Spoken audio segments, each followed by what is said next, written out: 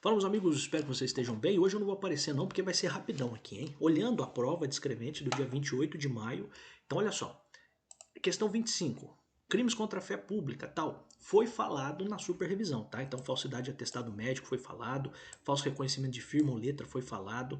Aqui, a questão do 304 foi falada. Aqui também foi falado de falsificação de papéis públicos. Até chamei a atenção dizendo para você o seguinte, ó, moçada, tem alguns crimes que podem ser cometidos por qualquer pessoa e aí, se for funcionário público, apenas é que a pena é aumentada, tá? Também, a questão da diferenciação da falsificação de documento público, em particular da falsidade ideológica, falamos isso aqui, falamos que o conteúdo, sim, de fato é um conteúdo que a ideia, o conteúdo é que está errado, então 25 todinha foi abordada na superrevisão, 26. Crime contra a administração pública, caracterização de prevaricação, pedido ou influência de outro? Não. Pedido ou influência de outro me parece que é corrupção passiva privilegiada, 317, parágrafo 2º, não é prevaricação. Advocacia administrativa se consuma quando o advogado, não, presta atenção aqui, porque não tem, a advocacia administrativa é o crime cometido por servidor, não por advogado, né? Até falei isso na superrevisão. Abandono de função, falei também que não precisa ocorrer prejuízo. Então, peculato, praticado por funcionário público, exigindo que o bem seja público, não, pode ser bem particular também, tá? Então, não estou corrigindo aqui não estou nem falando qual é a alternativa certa, estou apenas dizendo o ponto de destaque que você tem que olhar para eventualmente corrigir sua prova. Corrupção passiva é formal ou consubstanciando-se ainda que o funcionário não receba vantagem, sim, é verdadeiro, até falei na superrevisão, ó, moçada, fica ligado, porque o cara não precisa receber o dinheiro para configurar o crime, tá? 27, crime contra a administração da justiça, opa, que legal, hein? Fraude processual, falamos, tem lá uma questãozinha lá de envolver processo penal, exercício arbitrário das próprias razões, falamos também, retratação de falso testemunho, ó, aqui já está errado de cara, ó, é causa de diminuição, não, a retratação ou declaração da verdade é extinção da punibilidade. Coação no curso do processo, tem aquela questão nova lá de crimes que envolvam dignidade sexual, de fato.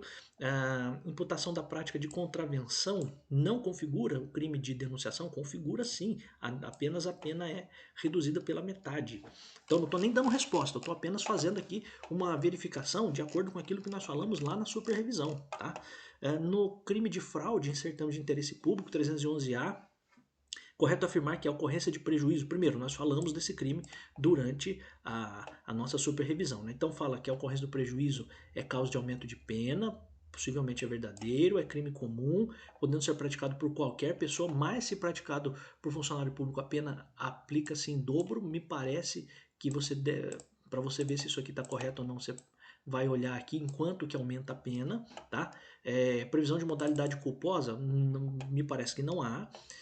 Embora para a caracterização não exija ocorrência de dano patrimonial, existe a finalidade de beneficiar a si próprio ou a outrem ou comprometer a credibilidade do certame, me parece que tem sentido isso aqui, e o bem jurídico violado é a fé pública, e para estar caracterizado exige-se o efetivo prejuízo, não, o erro está aqui, tá? Que não exige-se o prejuízo, pode ser com prejuízo ou pode não ser. Cara, assim, não estou respondendo, estou apenas dizendo que você tem que ficar ligado aqui, né?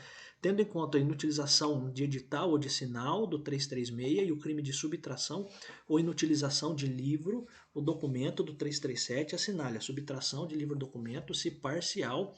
A inutilização do documento será punido de forma diminuída. Então aqui são dois crimes que também, ó, 336 e 337, que foram sim abordados lá na superrevisão. Outro aqui, MEV, o administrador por decisão judicial em ação penal foi afastado do conselho. Foi afastado do conselho. Em que é sócio, não obstante a decisão continua participando, então o cara é teimoso, né? Então ele está desobedecendo uma ordem judicial, né? Então ele pratica o que? Usurpação da função pública? Não. Desobediência? Não.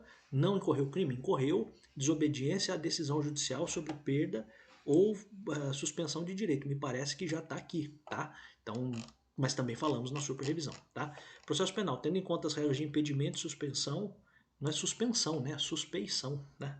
Então, aqui poderia ter algum tipo de recurso, hein? Não vou nem ler o resto, tá? Por quê? Porque é impedimento e suspeição, mais um assunto que tratamos lá na superrevisão, tá? 32, Tício é estudante de Direito e é réu em razão de ação penal, foi assistido por defensor público ao longo de toda a instrução, absolvido pelo juiz de primeiro grau, o Ministério Público recorreu, olha a história que eles estão contando. Tício, nessa ocasião, já era advogado, devidamente habilitado. Se ele é advogado, ele pode atuar, tendo ele apresentado as contrarrazões para a manutenção da sentença absolutória. Diante da situação, então veja, tá vendo aqui, a pergunta está tratando se ele pode, ele mesmo atuar em causa própria. E pode, né? Tá?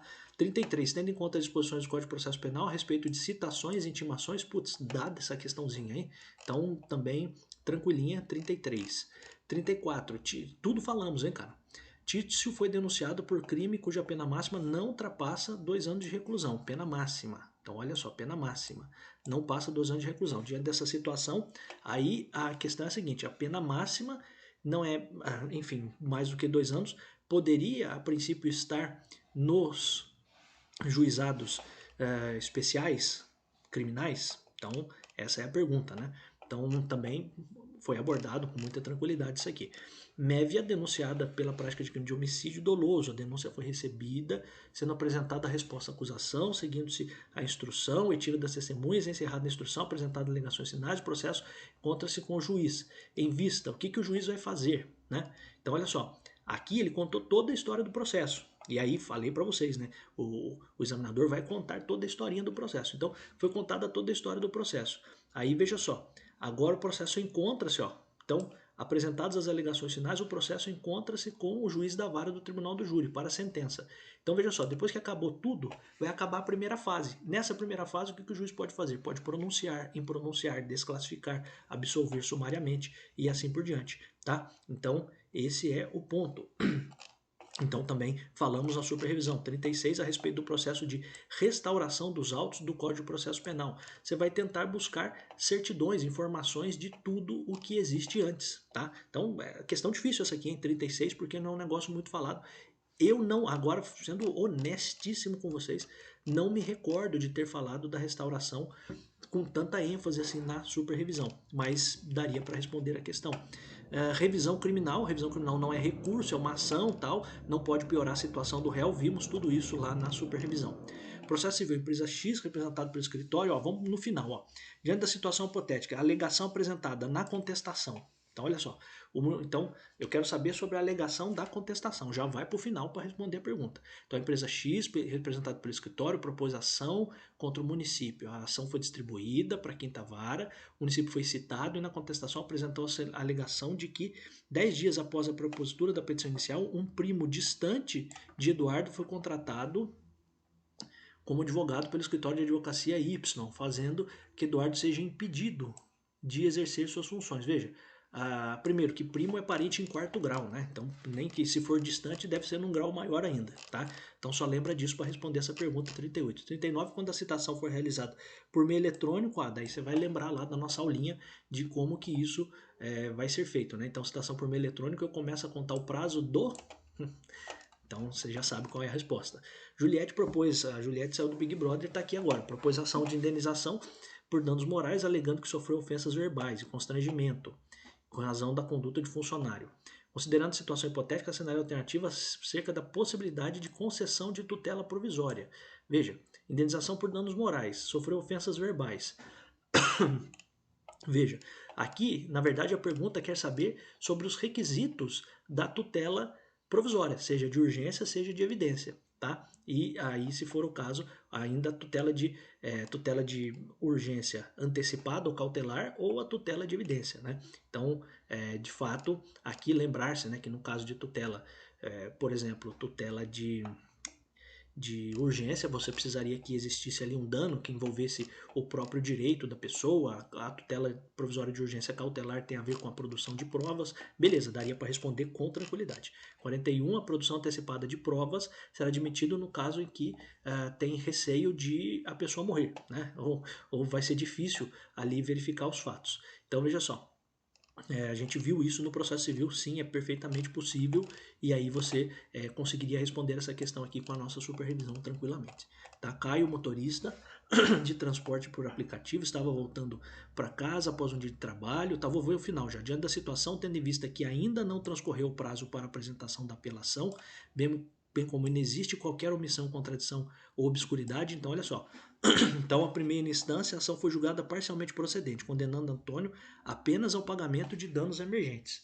Tá, então aqui Caio, motorista, ele estava voltando para casa no dia de trabalho quando foi atingido por Antônio. Frustradas as tentativas amigáveis, propôs ação de reparação contra Antônio, exigindo o pagamento de danos emergentes e lucros cessantes. Então ele pediu duas coisas. Em primeira instância, a ação foi julgada parcialmente procedente. Opa, se é parcialmente procedente, poderia acender para você a luz do recurso adesivo, tá?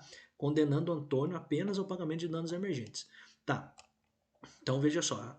Só que ainda não transcorreu o prazo para apresentar o recurso de apelação. Veja, o recurso adesivo, ele acontece quando você não apresentou a sua apelação e vai aderir ao recurso anterior, tá? Ao recurso da parte contrária, tá? Então, aqui só preste atenção, porque se não correu o prazo para apresentar o recurso de apelação, significa o quê? E também diz aqui que não existe omissão tal para afastar a possibilidade de embargos de declaração. Tá? Então a ideia principal aqui é a seguinte: não transcorreu o prazo para apresentar o recurso de apelação, significa que você ainda está no prazo, né? Então, se você está no prazo para apelar, primeiro você apela. Você só faz o recurso adesivo se passou o seu prazo. Com uma importante informação aqui, ele quis induzir você em erro, porque foi falado parcialmente procedente, foi falado que ele ganhou apenas um dos pedidos, só que ele lá na frente induziu você em erro para você achar que era caso de recurso adesivo, quando aparentemente não é, tá? Também juizado especial civil, tá? Ok, falamos disso, falamos até, falei até no grupo lá dos alunos, né? Acho que, se não me engano, foi no sábado mesmo, sobre alguns requisitos aqui relacionados ao juizado especial civil, tá? André propôs ação de reparação de danos materiais. Vamos lá para o final. O município deixou de apresentar recurso diante da situação, considerando que o município não editou lei alterando o valor das obrigações consideradas como de pequeno valor. Legal. Então aqui o prejuízo foi de 20 salários mínimos. O juiz deu a decisão aqui, foi julgada procedente. E veja, aqui nesse caso, a gente poderia estar possivelmente na letra E. Estou batendo o olho aqui porque nesse caso, se a questão foi pequena, que o valor de condenação foi pequeno, a princípio, possivelmente a gente está falando aqui de uma questão que correu pelo juizado especial da Fazenda Pública, tá? Então aí existe o prazo de 60 dias para pagar sob pena de sequestro. Me parece que é essa, tá? Ah, professor, você errou. Pode ser. Estou olhando aqui por cima, né? Ações constitucionais. Opa, fizemos até um quadrinho na superrevisão, né? Tem ação popular, tem aqui ação mandado de segurança coletivo, beleza, habeas data, beleza, habeas corpus, ok, e habeas data de novo, tá? Então olha só que louco, né? Aqui a letra E já está errada de plano porque não é habeas data quando não tem norma regulamentadora, é mandado de injunção, tá? Mas só passando por cima aqui, a autoridade municipal no período noturno pretendia fazer uso temporário de propriedade particular pertencente a Joaquim, diante de uma situação real de iminente perigo público, requisição, né? Requisição e indenização ulterior se houver dano, tá? Então não tem problema nenhum. Aqui ele está tentando confundir você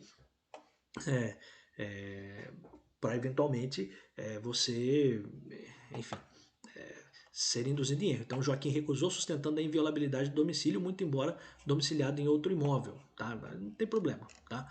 Então 47, a alternativa que contempla penas admitidas, né? Não tem pena de morte, não tem pena de banimento, tal. Facinho essa aqui. 48, nomeação de cargo para provimento em virtude de concurso público, servidor. Aí tá falando aqui lá do artigo 37 em diante, né? Mas vimos isso aqui com muita tranquilidade. Daria para responder isso aqui com muita tranquilidade. A 48. 49, regime previdenciário. Também falei bastante sobre isso, porque tem uma questão importante ali sobre regime geral e regime próprio. Nós falamos isso na superrevisão. 50. Estrutura do Poder Judiciário. Quem que faz parte, né? Ó, vamos lá. A Justiça, do Conselho, tribunais, tal. Então aqui ele quer tentar saber de você se a Justiça desportiva faz parte, Justiça de Paz. Veja, São coisas assim que você precisa olhar lá no artigo 92. Se não está lá é porque não é, né? Então esse é o ponto. Aqui brasileiro naturalizado, inato, beleza também, bem tranquilinho. Isso aqui naturalizado, nato, tal, tranquilinho para fazer a prova. Professor, tranquilo para você? Não, era uma questão que era justa, assim, né? Considere que Tício é agente público e seu colega, após analisar o expediente, identificou indícios de prática de improbidade, que importa enriquecimento ilícito. O MEV pretende reportar para o superior, para que a investigação seja aprofundada. Está fazendo um memorando descrevendo a denúncia. Ele pode indicar no documento de forma correta o quê? Então, se o cara está sendo investigado aqui, está com indícios de prática de ato de improbidade, ele pode fazer ali a representação, bem tranquilinha essa questão de improbidade também. João Escrevente, o que está perguntando aqui? Com uma ação de improbidade na qual o MP em incidente apresenta pedido de indisponibilidade de bens, que foi acolhido pelo magistrado. Aí a pergunta principal é a seguinte, possivelmente, né, contando toda a história aqui, ele quer saber se é possível ou não você ter indisponibilidade de bens, tá? Então, tranquilo também. Aqui, prescrição da ação, também falamos isso na nossa aula, né? 10.261, para quem não sabe, o Estatuto do Servidor, né? Então, que penas disciplinares? Questão dada, hein? 55. Questão 56. Considere que Mário, oficial administrativo, após uma longa discussão, agride fisicamente. Pô, se agrediu fisicamente, vai ter problema, né? Então, pode ser demissão? Então, também questãozinha fácil. Questão 57. Práticas autocompositivas. Cara, apostei nisso na nossa superrevisão e caiu, hein? Práticas autocompositivas. Apuração de infrações disciplinares. Falamos ainda, hein? Fizemos até um quadrinho na superrevisão sobre a quantidade de testemunhas. Considere que Isaías praticou infração disciplinar e em razão disso passou por uma sindicância que resultou na aplicação de suspensão. Optou por não fazer recurso. O que ele pode fazer? Ele pode fazer a revisão, né? Então essa é a possibilidade. Normas da corregedoria, protocolo de petições intermediárias. Falamos também, hein, na nossa superrevisão. Tramitação de processo eletrônico. Falamos também na superrevisão. Retirada e consulta de autos físicos, também falamos. Olha que legal. E aqui em relação à atividade correcional, assinar a alternativa correta, e aí veja, aquela correção anual, tal, falou sobre isso, falamos também na nossa superrevisão. 64, escrituração em meio físico de autos judiciais, assinar a alternativa de acordo com as normas da corregedoria. Veja, falamos disso aqui também, hein, na nossa superrevisão. Amigos, olha, sendo muito honesto com você, me parece que a única questão que nós não abordamos, e não abordamos assim com maior profundidade na nossa superrevisão, que para mim me pareceu como uma surpresa também, é essa aqui, a 36, restauração de autos extraviados. Não li as alternativas por alternativas, não li alternativas por alternativas, né? Fizemos aqui apenas uma verificação. Agora, essa aqui da suspensão e suspeição poderia ser uma questão que cabe recurso. E tem uma outra que eu vi aqui, que eu até vou precisar analisar com mais calma, porque eu estou vendo aqui por cima agora, que é uma questão de penal, falando sobre essa questão aqui de... vou olhar com mais calma essa 27 aqui, tá? Me parece que a 27 pode ser que eu esteja enganado agora aqui. Professor, mas se você está enganado, imagina os alunos, né? Mas, eu estou falando porque não vi com mais cuidado aqui. Então, a 27, eu como professor fiquei em dúvida, de verdade, tá? E a 36 também, de fato, a gente tem aqui um assunto. Esse assunto, de fato, não foi tratado assim com tanta profundidade na nossa superrevisão. Foi o único ponto das 40 questões de direito. Então, se você tivesse feito a superrevisão, 39 questões das 40 você teria visto, tá bom? Então, eu ainda vou voltar, vou falar mais um pouco da prova. Prova difícil, hein? Não estava fácil, não. Eu falo, fácil de responder tal, mas o tamanho das questões tem pegado muita gente, né? Então, fica ligado nisso, porque já falei isso algumas vezes, não é mais só ficar decorando respostinha, não. Não tem isso, tá? Quem está te vendendo isso aí está falando errado. Eu não conheço outra forma que não seja realmente estudar, e estudar de verdade para um concurso como esse. Tá bom? Volto ainda em tantos outros vídeos. Um grande abraço. Eu adoro estar aqui. Tchau.